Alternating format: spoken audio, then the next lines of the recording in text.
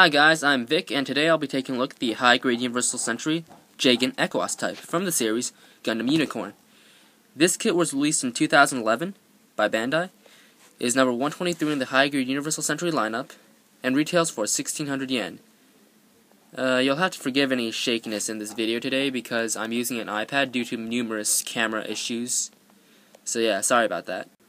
For colors, this kit is molded in a very dark military green for the vast majority of the body, gray for the joints, and tan for the crotch, neck, and feet. So yeah, any white you see is painted, which is understandable since this is a high grade and it's pretty hard to get white into those little thrusters, and even most master grades, excluding the new Verka, don't have any extra color for the insides of thrusters and stuff. And personally, I think the white looks kind of out of place on this guy. Maybe that's just me, but I don't know why I really bothered painting on the white. So yeah, you also get a very nice light clear pink piece on the visor.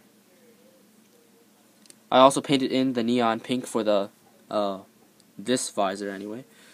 You get foil stickers for that for both visors. There are two visors, one up and one down.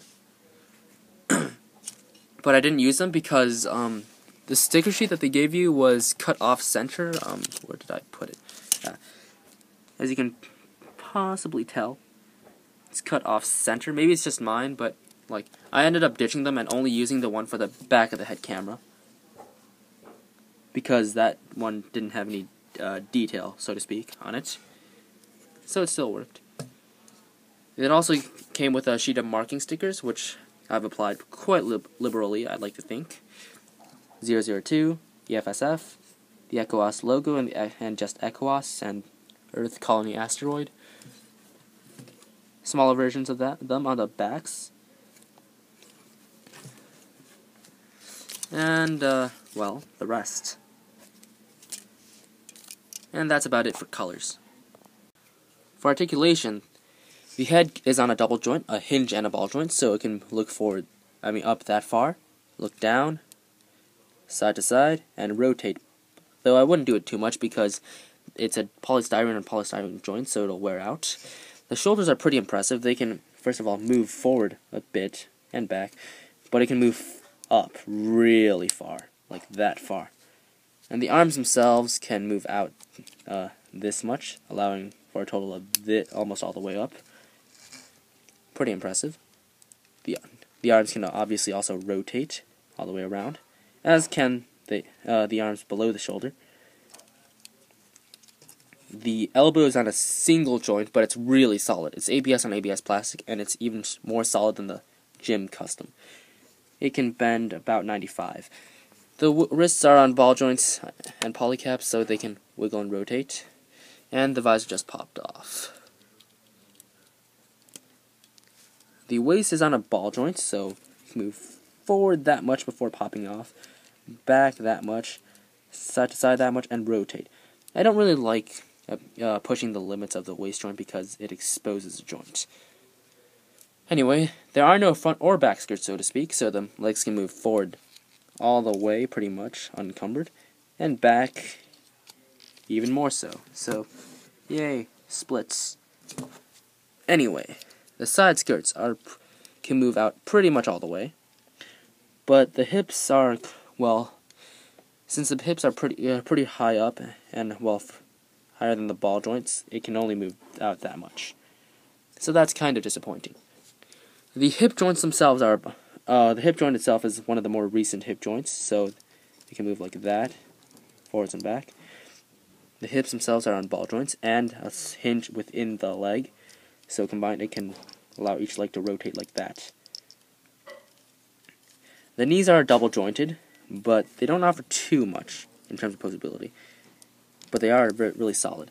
So a 120-degree bend, but it's still solid because it's still ABS on ABS.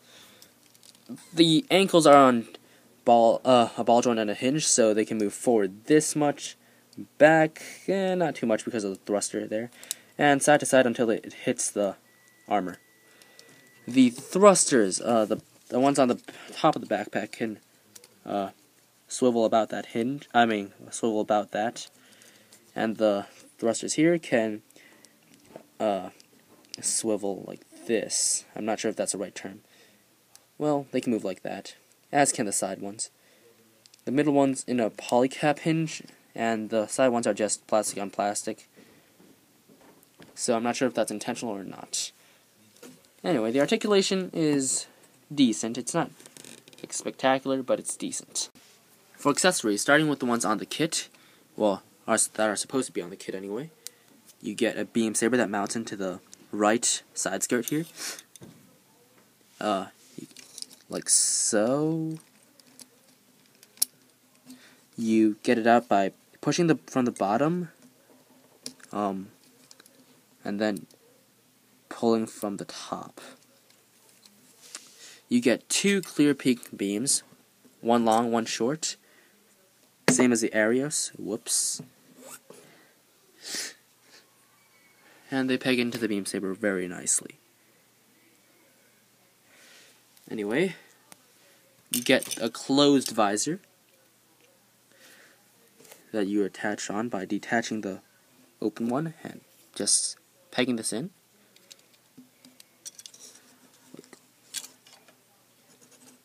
Like so. Anyway, you also get a trigger finger hand for the bazooka and beam rifle. It has a peg in it for easy holding. Speaking of which, you get the bazooka, ECOAS type bazooka. It's very nice. It has 2-point moving handles, one here and one here.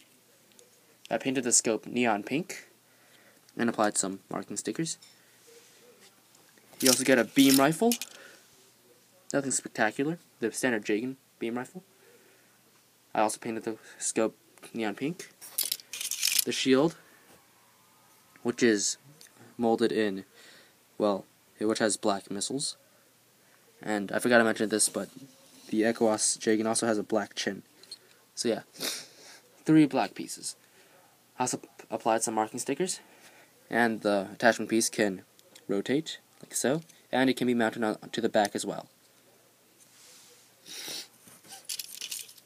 You also get a storage piece from the E-runner, so for an extra hand and an extra visor, so you can mount, say, whatever hand you're not using into the hole here, and whatever visor you're not using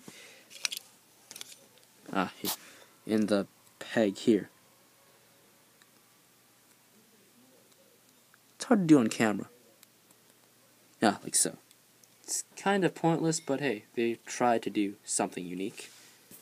You also get a bunch of extra pieces left over that are enough to make a Jegan Type D, because the Jegan ECOAS uses the Type D shoulders, and they give you the original Jegan parts. So that's always an option.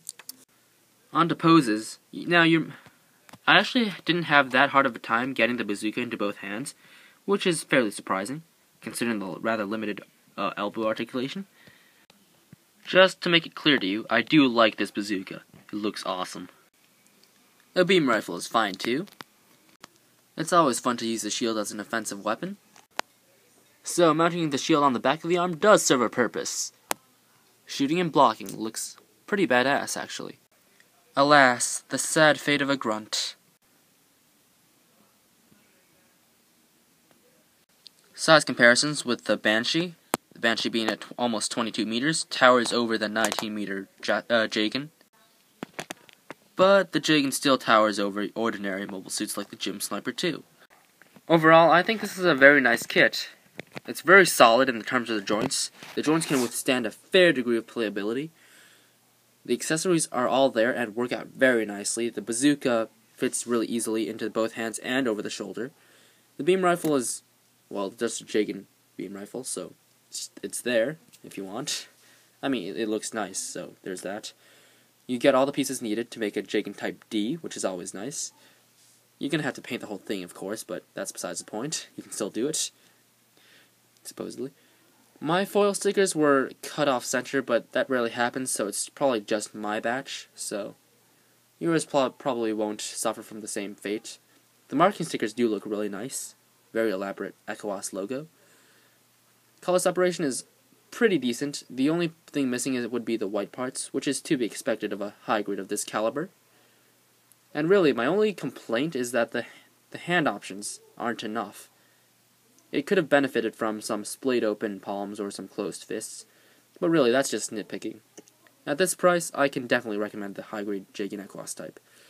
So this was Vic, and I'll see you guys next time. Bye.